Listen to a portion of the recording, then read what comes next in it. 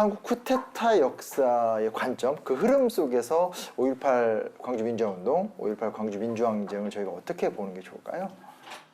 쿠데타와 연관해서 하나 생각을 해보면 결국 이제 5.18은 군부의 지배에 대한 가장 분명한 거부 의사의 표시였다는 생각이 듭니다.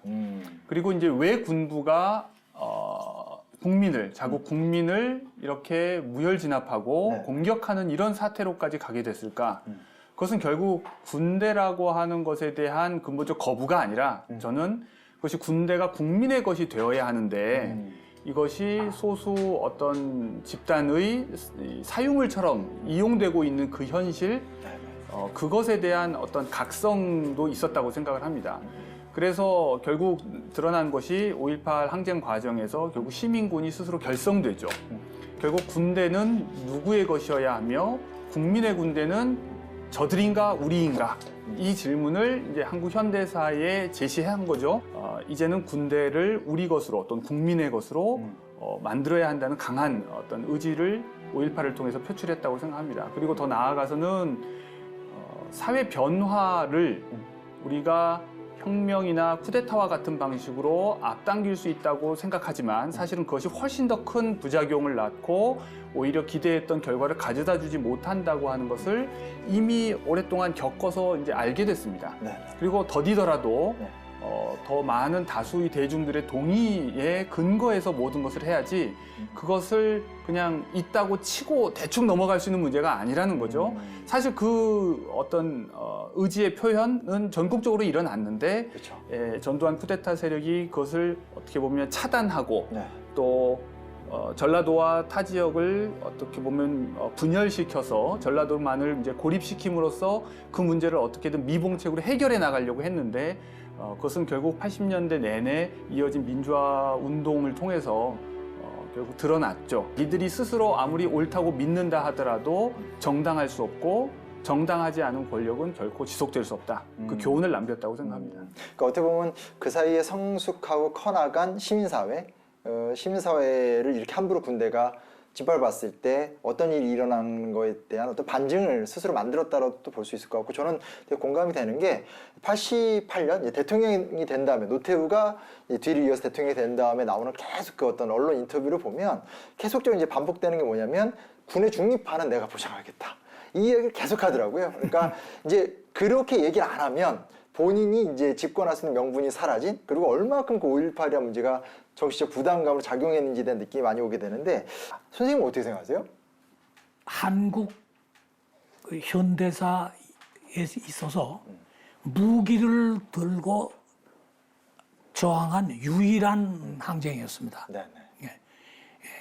그런데 큰 의미가 있다고 나는 보는데요. 오죽했으면 그러랴. 그 무기를 들었다는 것은 무기를 들지 않을 수 없는 여건이 그러했다는 거죠. 그만큼 격렬하고 처절했고 했다는 말입니다. 그 5.18 민주항쟁은 당시 성공은 못했습니다. 그러나 그 7년 후에 소위 87년 민주항쟁을 통해서 오늘날과 같은 민주사회를 만들 수 있게 되었죠.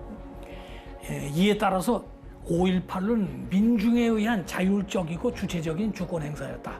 최초로 무기로 사용된 집단적 형태의 저항권 행사였고, 민중의 생존권과 참정권 박탈에 대한 저항이었으며, 군부에 의해서 파괴된 인간의 존엄성을 회복하는 운동이었다. 저는 이렇게 봅니다. 저는 항상 이 얘기 나오면 떠오르는 게, 나중에 전두환 노태우 이제 재판을 다 당하잖아요. 근데 1심, 2심, 3심의 판결문에 공통적으로 나오는 말이 있더라고요. 그게 뭐냐면 12.12 군사반란을 통해서 헌법기관을 무력화시켰다라면 5.18 광주 민주항쟁을 짓밟은 것은 저항권을 발동한 준헌법기관에 대한 쿠데타다. 즉 전두환과 그 신군부는 두 차례 군사 쿠데타를 통해서 제도화된 헌정 질서와 그리고 시민들이 위급 상황에서 만들어낸 이 준헌법 기관을 같이 무너뜨렸다.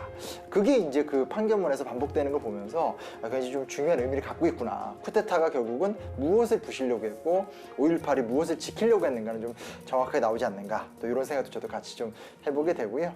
네. 방금 말씀하신 것처럼 우리가 쿠데타라고 하는 개념도 어느 한 시기의 사건, 이제 우리나라에서 이제 어떤 사건을 기억할 때 날짜 중심으로 외우잖아요. 그렇죠. 뭐 5.16, 5.18, 12.12 그러다 보니까 마치 그 사건은 일회적이고 하루에 일어난 일인 것처럼 이제 오해하는 경향이 있습니다. 그러나 사실 쿠데타라고 하는 것을 불법적인 정권 찬탈, 무력을 사용하기도 하고 또는 사용하려는 뭐 액션을 취해서 하든 이것들이 이제 학자들에 의하면 예를 들면 선거 조작이라든지 또는 행정부에서의 권력 남용을 통한 방식이라든지 여러 가지 또 얘기를 하거든요. 그렇게 보면 사실 박정희의 쿠데타는 20년 동안 지속된 것이라고 볼 수도 있고 또 전두환의 쿠데타도 아까 뭐 200 몇십일 뭐 이런 얘기를 하셨지만 사실 굉장히 오랫동안 그렇죠. 5공화국 내내 지속되는 과정이었다고 볼 수도 있죠. 마찬가지로 민주화 운동이라는 것도 5월 18일 하루에 일어난 일이 아니라 그 이전부터 이어지는 어떻게 보면 반유신 투쟁부터 쭉 이어져서 80년대까지 이어졌던 그런 장기적인 과정으로 우리가 보는 것이 중요할 것 같습니다. 그래야 내가 어느 역사적 흐름에 설 것이냐 이런 질문에 대답도 할 수 있지 않을까 그런 생각합니다.